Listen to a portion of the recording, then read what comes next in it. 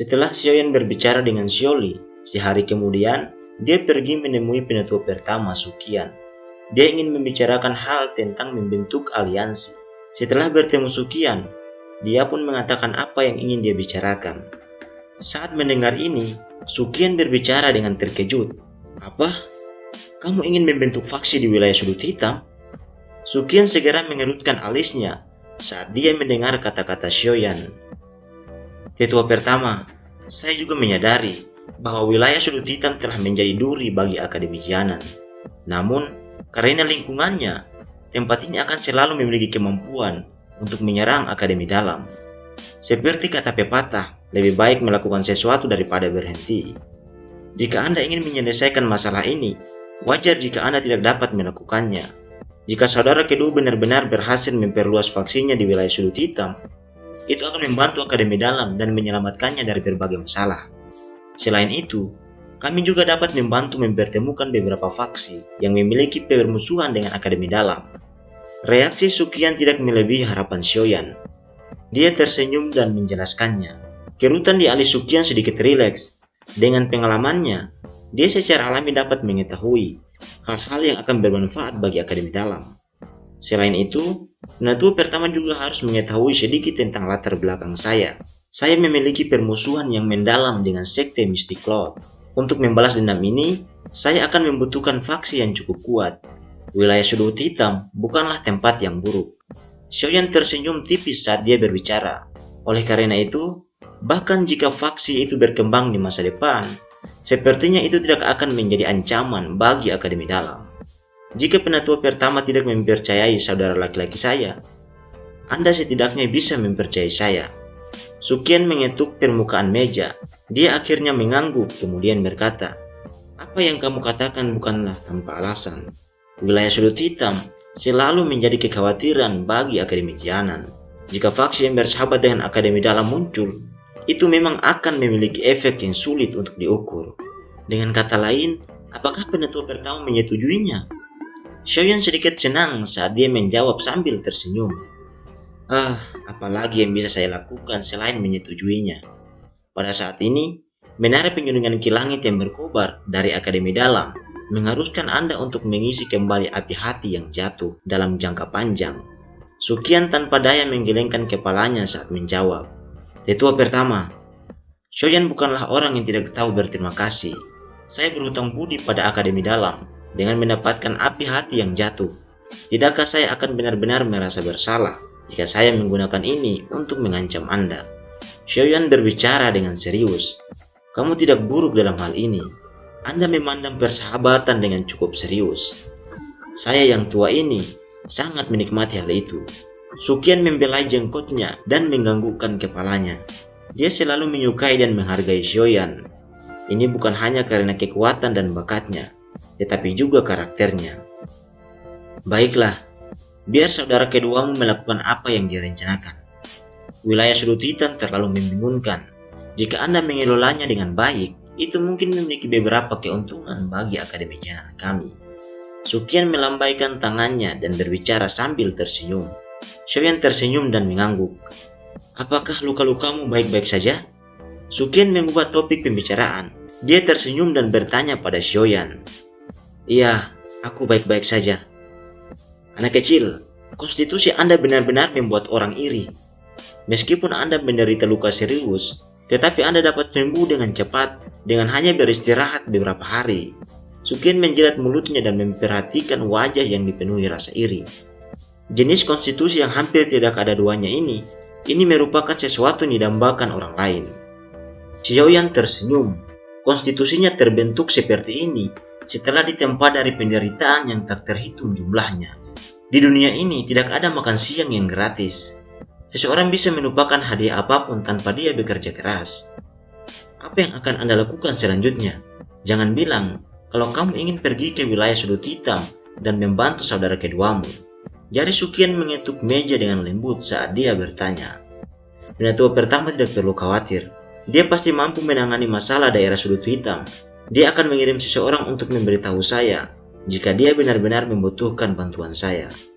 Xiaoyan menggelengkan kepalanya dan merenung. Aku akan tetap di akademi untuk jangka waktu tertentu. sampai aku menyelesaikan masalah saudara kedua. Tentu saja, ada satu masalah lain. Itu adalah berlatih buka segel gunung dari teknik segel dewa yang ditinggalkan Sun Er. Teknik Dou tingkat tinggi kelas D. Teknik Dou dari kelas ini kemungkinan besar akan memiliki kekuatan yang sangat kuat. Jika dia berhasil menguasainya, itu akan menjadi kartu truf lain dari Xiaoyan. Itu juga akan meningkatkan peluang kemenangannya dalam pertempuran di masa depan dengan Yunsan. Namun, dia harus merahasiakannya. Oleh karena itu, wajar jika Xiaoyan tidak memberitahukannya pada Suqian. Apakah Anda bisa berbicara tentang wanita kelas dosen itu? Suqian mengangkat alisnya dan segera bertanya dengan rasa ingin tahu. Dari mana tempatnya wanita itu berasal? Mengapa saya tidak pernah mendengar ahli seperti itu di wilayah sudut hitam? Xiaoyan sedikit terkejut saat mendengar ini. Ketika dia menganggap ini bukanlah rahasia, dia mengangkat bahu dan memberikan penjelasan singkat tentang asal-usul Ratu Medusa. Sungguh tidak terduga. Dia sebenarnya adalah Ratu Medusa yang legendaris. Apalagi, dia adalah Medusa setelah berevolusi. Tidak buruk. Wajah Suqian dipenuhi dengan keterkejutan saat dia memukul mulutnya. Dia segera berbicara kepada Xiaoyan. Anak kecil, kamu cukup kuat. Anda bahkan berani memprovokasi wanita semacam itu. Aku pernah mendengar dari beberapa buku kuno kalau seluruh Ratu Medusa adalah orang-orang yang berdarah dingin, yang membunuh manusia seperti membunuh ayam. Tidak disangka bahwa dia turun tangan untuk menyelamatkan Anda waktu itu. Itu benar-benar luar biasa. Saat itu, Ratu Medusa berevolusi telah muncul di benua itu. Secara kebetulan, dia dianiaya oleh tuan muda dari faksi papan atas. Pada akhirnya, wanita itu melakukan pembantaian dan menghancurkan faksi itu. Sejak saat itu, orang-orang di benua ini mengambil jalan memutar setiap kali mereka melihat Ratu Medusa. Mereka semua takut kalau mereka akan memimpin faksi mereka menuju kehancuran jika mereka ceroboh. Hehehe, apakah kamu tahu seberapa beruntungnya dirimu sekarang? Xiaoyan mengusap keringat dingin di dahinya. Ratu Medusa sebelumnya memang menakutkan, tetapi semoga saja Ratu Medusa kali ini bisa sedikit lebih masuk akal. Saya akan lebih berhati-hati. Terima kasih penatua pertama atas pengingat Anda. Xiaoyan tersenyum pahit saat dia menangkupkan tangannya ke arah Suqian. Setelah itu, dia berjalan keluar dari ruang rapat di depan senyum yang muncul di mata Suqian. Suqian melihat Xiaoyan menghilang kembali. Dia pun bergumam, orang ini tampaknya tidak tahu bahwa meskipun Ratu Medusa sangat dingin, dia adalah tipikal makhluk yang paling setia. Dia akan tunduk dan patuh pada seorang laki-laki yang telah menaklukkannya sampai mati. Orang ini, keberuntungannya dengan wanita memang cukup besar. Setelah meninggalkan ruang rapat, Xiaoyan sekali lagi kembali ke gerbang Pan. Dia memberitahu Xiaoli tentang kabar baik yang dia dapatkan. Xiaoli juga cukup senang setelah mendengar bahwa Akademi Dalam tidak melarang rencana tersebut. Dia segera mengingatkan Xiaoyan tentang beberapa hal sebelum dia buru-buru meninggalkan Akademi Dalam. Setelah itu, mereka menuju ke wilayah sudut hitam untuk mengambil kesempatan memperluas wilayah mereka. Xiaoyan tidak berdaya menghadapi Xiaoli yang tidak sabar. Dia hanya bisa membiarkannya pergi. Namun, Xiaoyan berulang kali mengingatkan Xiaoli bahwa dia harus mengirimkan seseorang untuk menghubunginya secepat mungkin jika ada masalah yang tidak bisa dia selesaikan.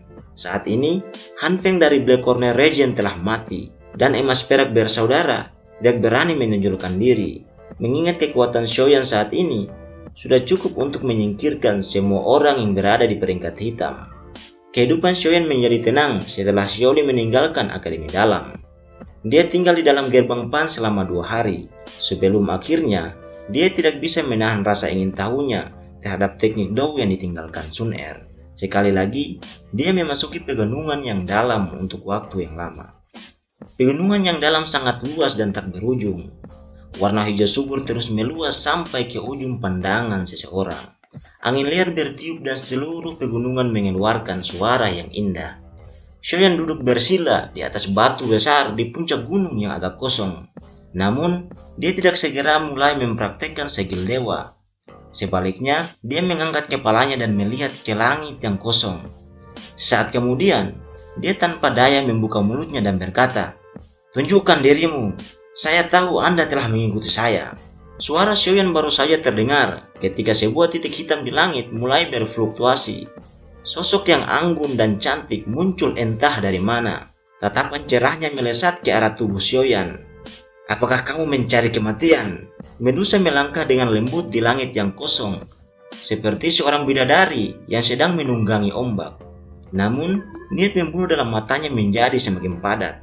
Dalam sekejap mata, dia muncul di depan Xiaoyan dan berbicara dengan dingin. "Jangan bilang mati sepanjang hari. Saya juga sadar bahwa Anda tidak dapat membunuh saya sekarang." Xiaoyan melambaikan tangannya dan tertawa getir.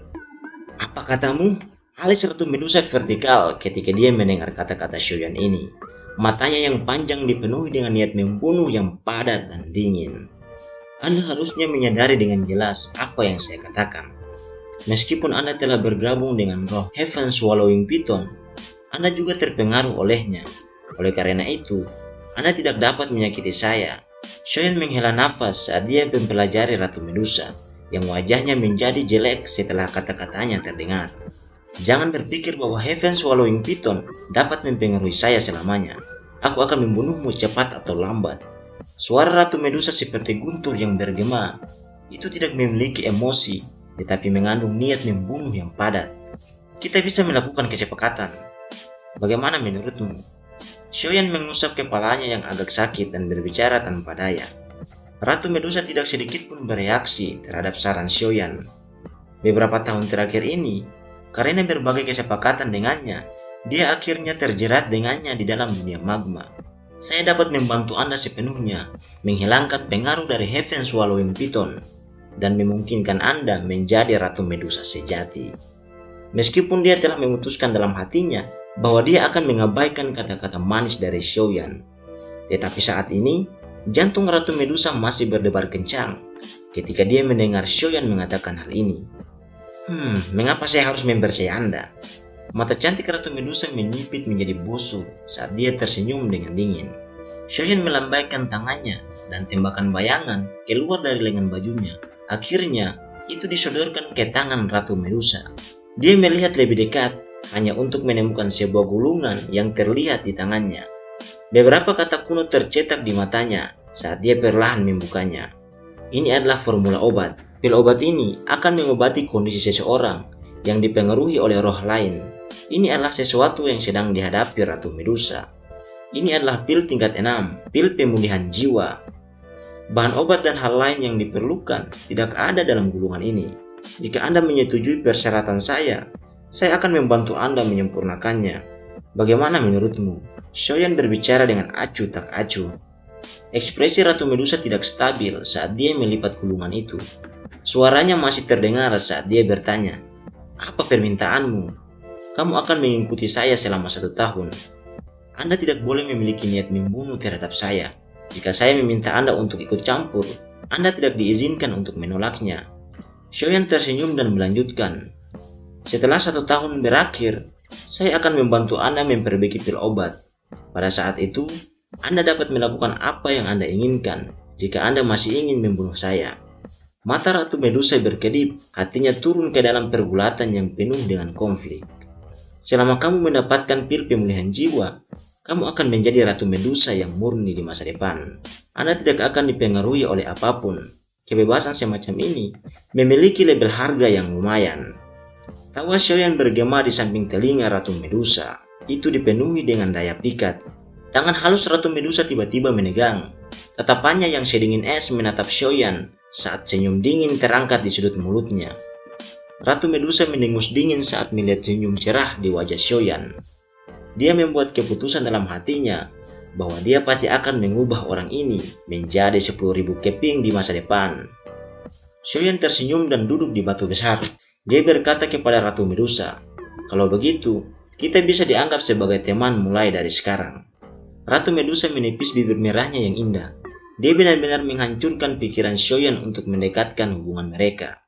Baiklah.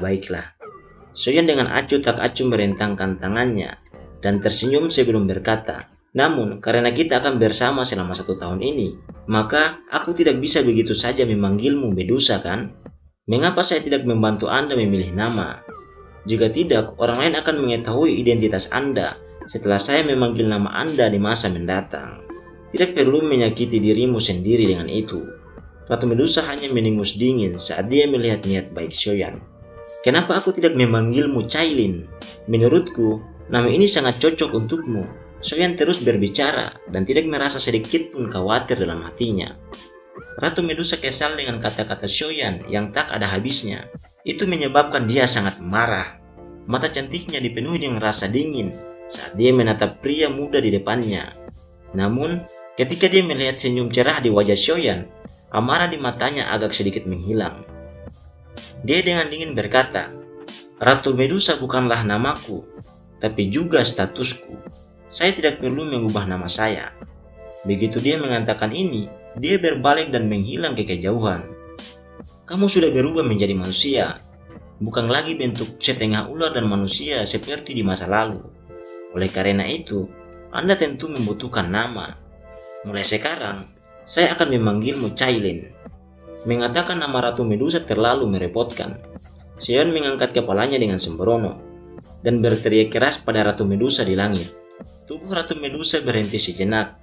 Matanya berkedip sewaktu-waktu, namun dia tidak menangis dengan marah kali ini. Tubuhnya bergerak dan dia berubah menjadi sosok cahaya yang menghilang ke kejauhan. Selain itu, aku akan merepotkanmu untuk membantuku, mengawasi sekelilingku dan tidak membiarkan siapapun menggangguku. Jika tidak, apabila terjadi kecelakaan, transaksi kita akan batal dengan sendirinya. Ratu Medusa benar-benar mengabaikan teriakan keras Shoyan. Tubuhnya bersinar dan menghilang. Tidak ada yang tahu apakah dia mendengar kata-kata Shoyan atau tidak. Shoyan tersenyum tipis saat melihat Ratu Medusa menghilang. Dia akhirnya menyelesaikan masalah besar ini dengan apa yang disebut transaksi pil pemulihan jiwa. Dia tidak perlu khawatir lagi tentang kapan wanita menakutkan itu akan muncul dan membunuhnya. Hehehe, Han Feng memang memiliki banyak koleksi. Dia bahkan memiliki formula obat semacam ini. Berkat dia, saya bisa menyelesaikan masalah saya kali ini. Shoyan mengusap cincin penyimpanan di tangannya dan dengan lembut tertawa. Jika bukan karena harta karun dari Han Feng, dia secara alami tidak memiliki formula obat seperti pil pemulihan jiwa. Benda ini adalah sesuatu yang dia ambil dari cincin penyimpanan milik Han Feng. Sekarang, aku akhirnya bisa santai dan berlatih teknik yang ditinggalkan Sun Er. Shoyan meluruskan pinggangnya yang sedikit malas dan sedikit tersenyum. Dia sekali lagi duduk bersila di atas batu besar dan menutup matanya. Pikirannya bergerak saat beberapa informasi perlahan mengalir melewati hatinya. Shoyan dengan hati-hati membaca metode pelatihan segel gunung terbuka. Kemudian dia mengerutkan alisnya dan membuka matanya. Teknik segel dewa ini memang layak menjadi teknik Dou tingkat tinggi kelas D. Ini sebenarnya perlu membuka 3 jalur ki. Tertentu untuk melepaskan teknik Dou ini. Shoyan mengerutkan alisnya dengan erat. Jalur ki di tubuh seseorang serumit bintang di seluruh langit. Jumlah mereka tak terhitung banyaknya. Beberapa di antara mereka kecil dan sulit ditemukan. Seseorang pasti harus menghabiskan banyak waktu untuk membukanya. Teknik Dou semacam ini mengharuskan seseorang untuk membuka pembuluh darah tertentu. Shoyan mendesah pelan. Dia menggelengkan kepalanya tanpa daya. Sekarang, semuanya telah berkembang ke tahap ini. Dia hanya bisa mencobanya, terlepas dari seberapa sulitnya itu. Jika dia berhenti berlatih sesuatu yang Sun Er berikan, dia akan benar-benar menyia-nyiakan usaha. Shoyan menyingkirkan emosi di dalam hatinya. Pikiran Shoyan dengan cepat sampai pada 3 pembuluh darah yang perlu dia buka setelah dia memasuki metode pelatihan. Dia mengamati 3 jalur ki yang mirip dengan 3 silinder. Pikiran Shoyan bergerak dan seutas benang Dou Ki melonjak keluar dari dalam tubuhnya. Itu beredar beberapa kali di bawah kendali Shoyan sebelum akhirnya tiba di jalur ki yang jauh ini. Setelah itu, ia mematuhi perintah Shoyan dan dengan hati-hati menyerbu jalur ki kecil itu. Membuka jalur ki seseorang adalah hal yang sangat menyakitkan. Rasa sakit yang luar biasa terjadi ketika Dou Ki membersihkan jalur ki dan meluaskannya. Itu bukanlah sesuatu yang bisa ditanggung oleh orang biasa.